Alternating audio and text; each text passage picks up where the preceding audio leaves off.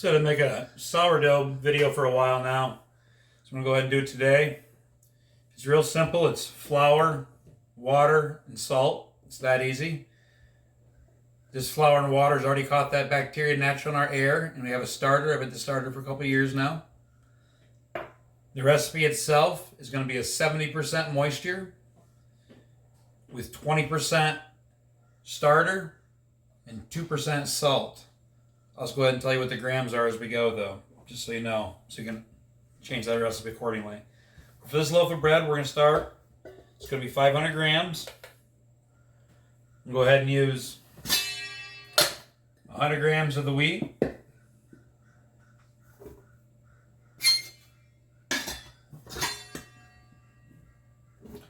400 of white,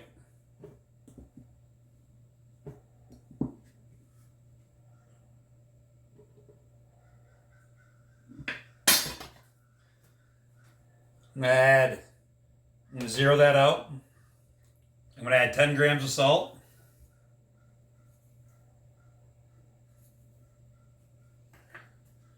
I'm going to go ahead and take that and mix it up first. Make sure that's all well mixed together.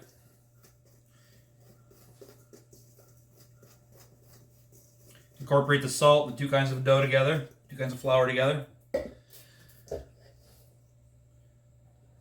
I'm going to move the camera in here. I like to make a little pocket in the bottom.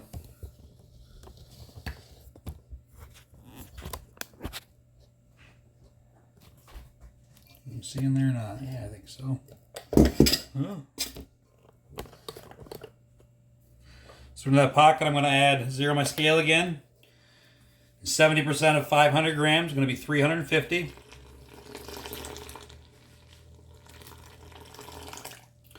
So I add that 350 grams of water. Zero my scale. Adding 100 grams because it's 500, so 20% starter. So 100 grams of starter.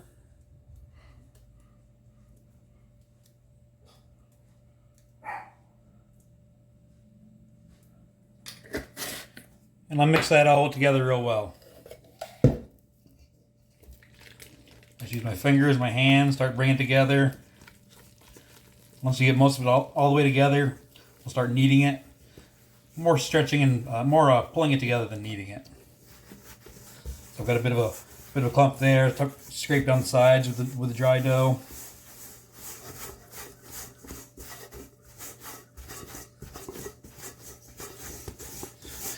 What I could do is sit here and knead this for about 10 minutes, bring it all together real well. As I've watched and learned over the time, watching videos and myself, it's easier to make a shaggy dough like this. Just about to that point, not much more. Clean up all that dry dough that's in there, get it off your hands.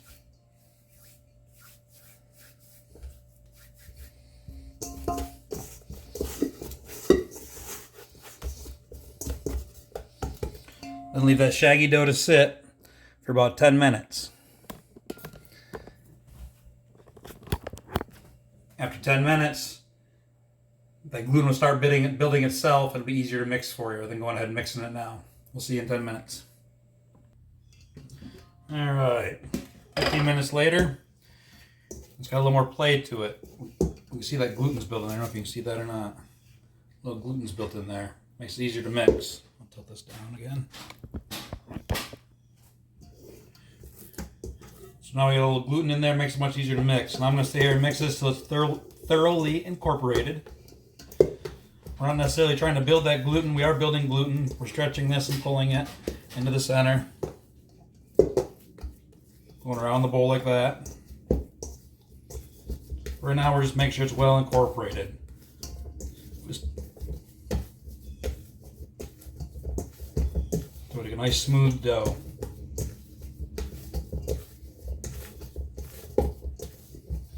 Pulling, stretching, pushing into the middle. Trying not to get my hands too sticky, getting a good release off of it.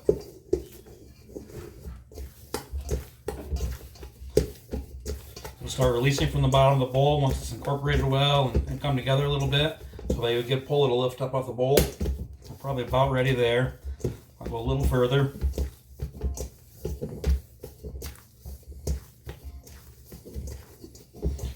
formed a pretty decent ball.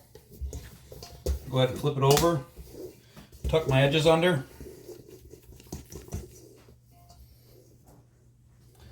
Cover it. Come back in 30 to 40 minutes. Okay, here we are 40 minutes later.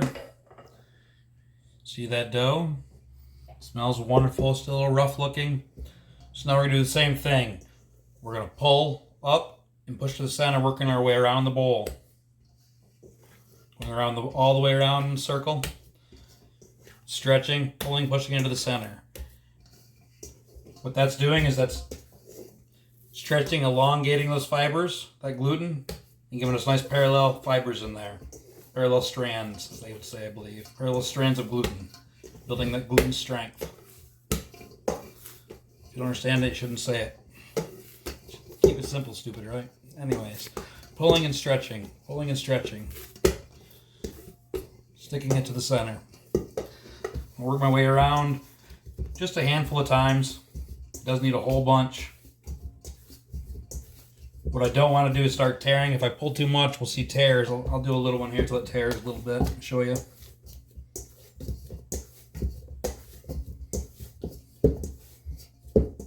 So I'm about done now. If I go a little more and I push too hard, I'll probably create a little tear here. Well, it's not tearing. I'm not going to bother. So now I've got a nice ball. Same thing. Stick that in the bottom. Cover it up.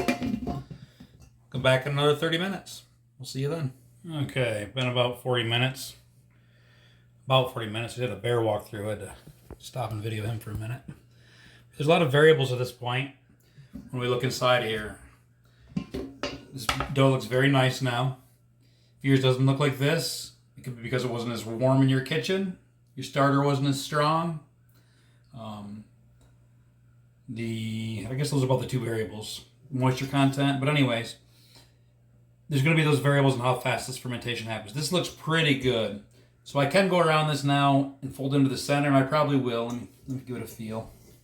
I think this is good enough. I'm going to just start my stretch and folds. So what a stretch and fold is, I'm just going to reach under the dough, pick it up, give it a stretch, let it elongate, and roll it under itself. Try and let that dough get a good long stretch in it again. So I'll reach under. Let me moisten my hands. Just notice I'm shirtless now. Took a shower in between. So grabbing here, pulling up, letting it stretch down, folding it under. I'm going to have to pause here. Melinda's calling in. Okay, where were we? We were stretching and folding this. Reaching under, letting it stretch way down, build that gluten.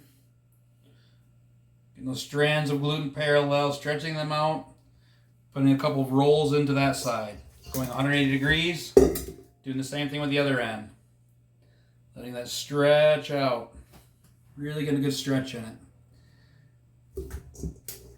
Reaching under that, rolling it up into a ball again. Go 90 degrees from that. Same thing again. Letting it stretch. I may only get one roll. We've been working it a little bit. I'll roll this up this way. Same thing from the other side. I normally do this in the bowl, but that's kind of a poor camera position. You can see I'm getting a stretch out of there, and I'm rolling that in on itself, creating a loaf. I'll even roll those ends in, make a nice ball, back in there. We'll see it in 40 more minutes.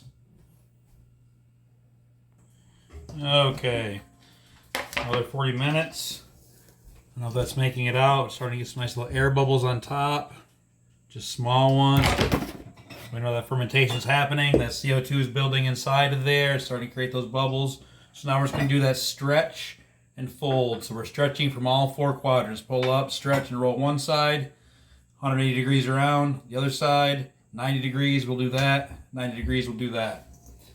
So I'm reaching under, pulling up, getting a good stretch out of that dough. I'm going to roll this side under 2 times. 180 degrees.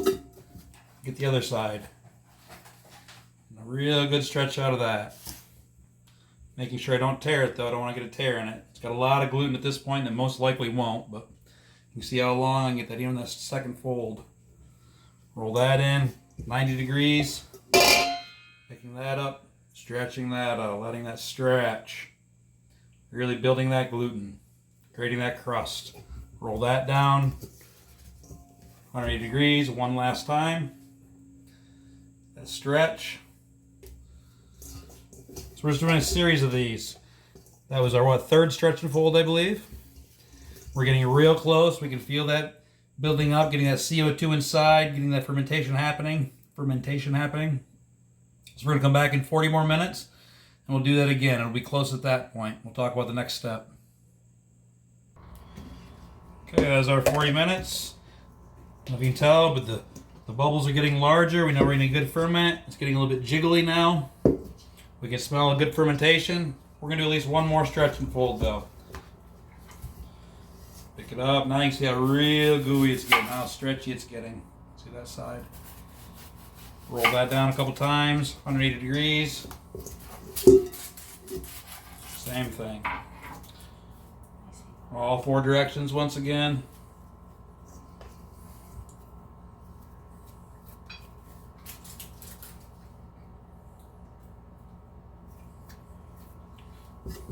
Rolling into that same original ball.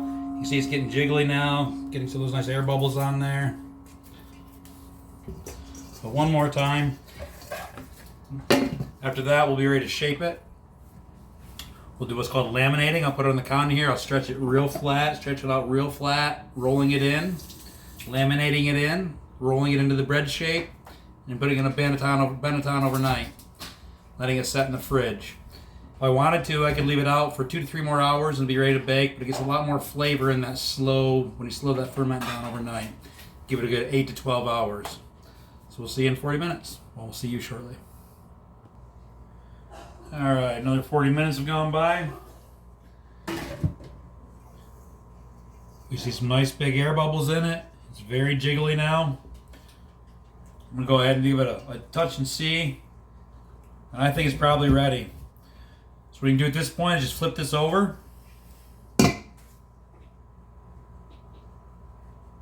Sometimes it takes a minute for it to stretch its way out. Oh, I might have to start freeing it up a little bit.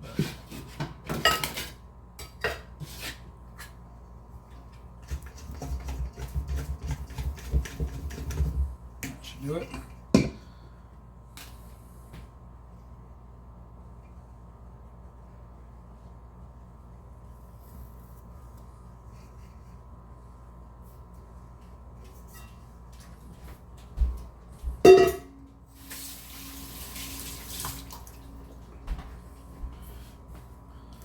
So now I want to stretch this out, get it as flat as I can, working it to one big sheet of dough. You see that gluten's built real good, it's not ripping. Oh, as I said that, I ripped it. How's that? And then we want to laminate that. You can either roll it or flip it in thirds. So I'll flip it a third that way, press that down real well. Third back the other way. Pressing that down real well, sticking it together. I may have to wet my hands again. And now I'll roll this. I'm not just rolling it, but I'm rolling it and I'm pulling it and stretching it, and I'm putting tension in that dough. I'm stretching that dough, putting tension in that crust, rolling it towards me.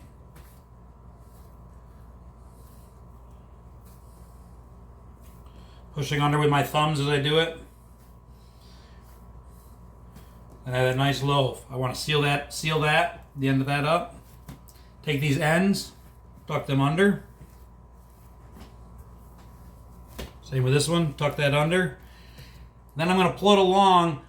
It's stretching that skin. It's not just sliding, the bottom staying where it is, and it's pulling that skin tight.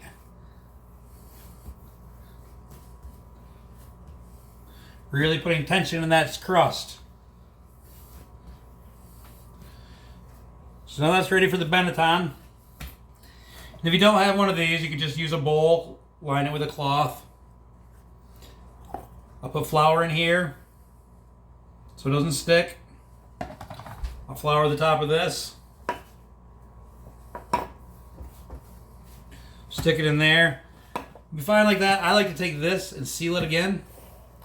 So I'll take these sides and kind of braid them in. Pull this end in, braid this in over it. Braid this in over it, sticking it together, pinching it together real well.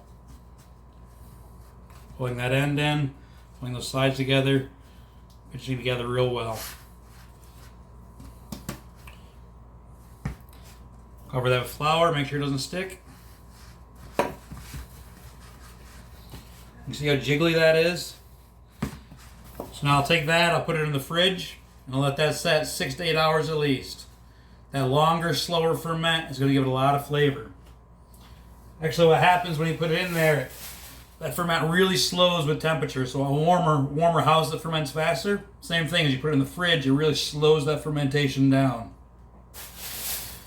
Adding that flavor. I'll put it in this bag and cover it.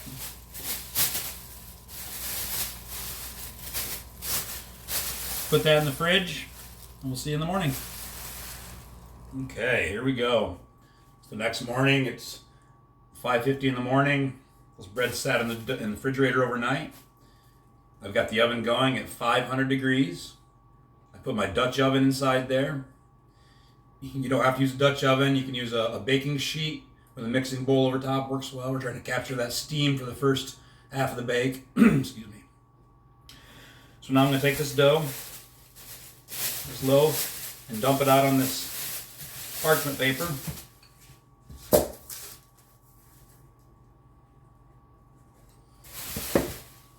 If there's too much flour on top, you can give it a little brush off, left over. We do want to make a relief cut. You use a razor blade. I have this knife with a razor blade on it. I like to score all the way across from one side to the other. I don't like to have my knife up and down. It's better if you score it at an angle like that, just under the skin, releasing that skin. I try to do it with one long, smooth pull. Just like that. I'll also probably put a little design in the top, maybe a little leaf.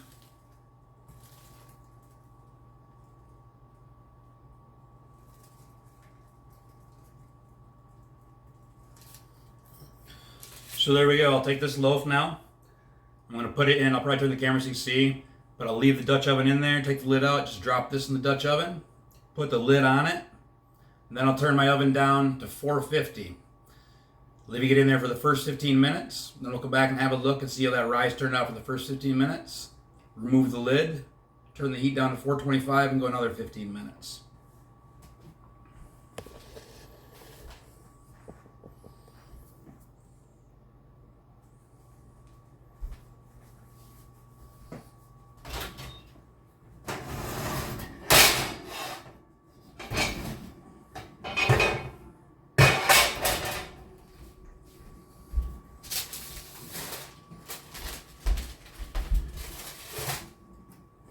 Now I'll put the lid on.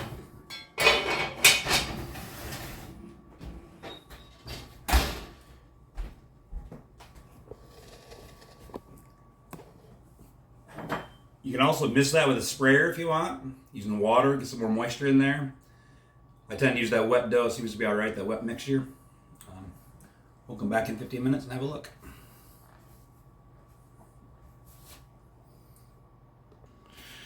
Again, when I put it in there, I'll set that timer for 15 minutes and I'll turn that oven down to 450. Oops.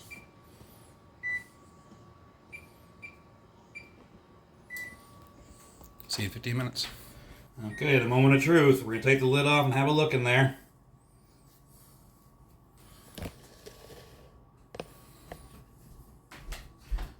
Reset our timer. 15 more minutes.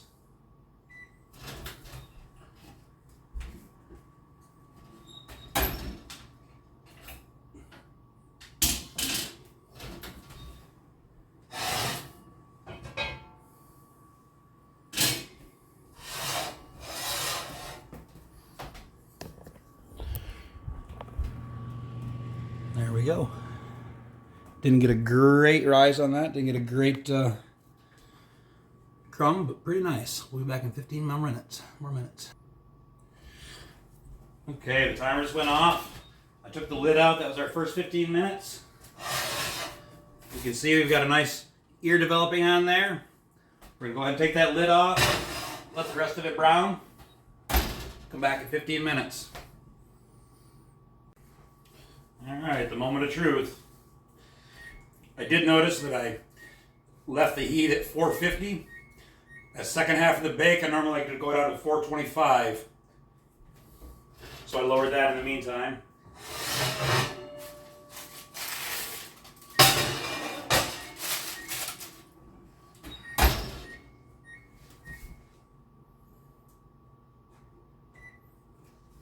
And there we go.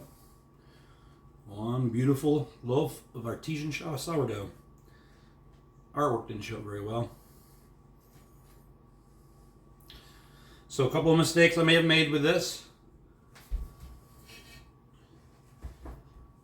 is I think I could let it ferment a little bit longer, stayed out another half an hour, 45 minutes last night. We'll wait. I may make the video long enough, I'll cut into that. I want to let it cool some. Whenever that cools, we'll look inside and see what the bubble structure looks like, see what that crumb looks like. I'm guessing there's probably some large bubbles with small ones around it. I wanted to ferment a little longer possibly, but we'll see. Okay, the moment of truth. I cut in. Feels and sounds wonderful. Soft, but comes back. I think it's a beautiful sound.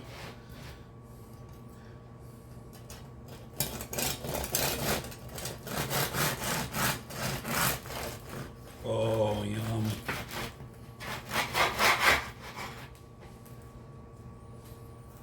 There we are. Turned out just wonderful. I think the timing was actually pretty good on that ferment. I'm gonna put some butter and salt on this and be right back. All right.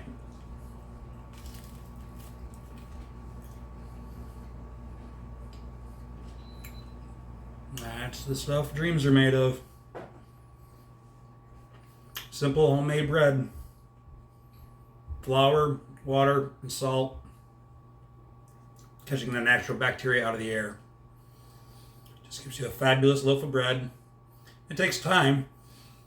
There's multiple steps in the process, but each one only just a few minutes. So setting things up on your day, doing it on a Saturday when you're home and setting time aside, or a Sunday, feeding that starter. But if you taste this and smell this right now, I'm not bragging, someone taught this to me, but it's just such a fabulous, fabulous bread. All right. Change can be better than a holiday. Homemade artisan sourdough. Peace.